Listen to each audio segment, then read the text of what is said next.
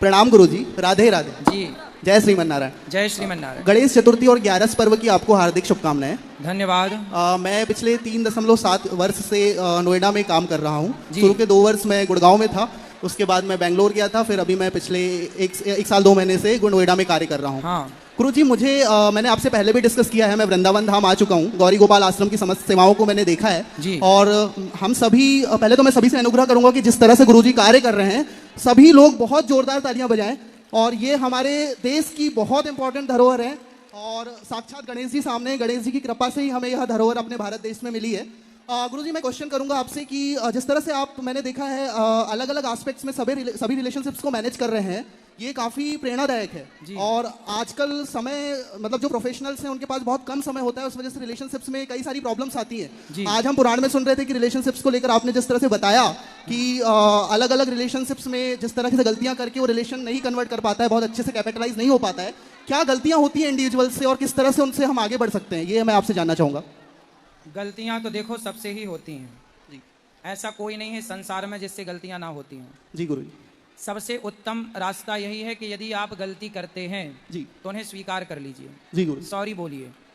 और आप गलती नहीं करते और आपके सॉरी बोलने से समाज का विवाद समाप्त होता है। जी हाँ। तो गलती ना होने पर भी सॉरी बोल दीजिए, ये आपका बड़प्पन है जी। यही समाधान है समाज में रहने का। जी गुरुजी। उलझना समझदारी नहीं है जी गुरुजी।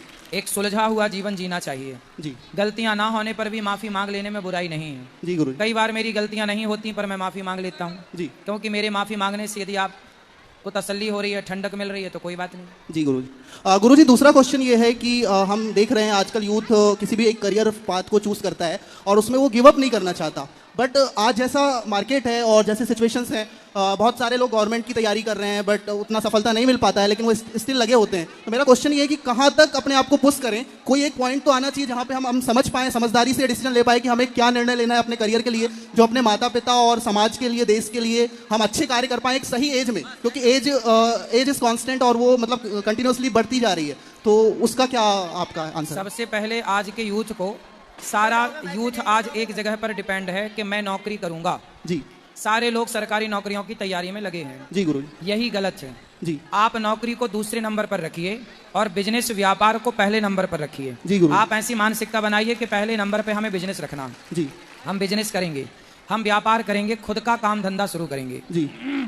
यदि आप नौकरियों के पीछे जितना समय लगाते हो उतना आप अपने बिजनेस में अपने दिमाग को लगाओगे तो आप कई गुना नौकरी से ज्यादा पैसा बिजनेस में कमा पाओगे। जी। नौकरी करने वाला अधिक से अधिक महीने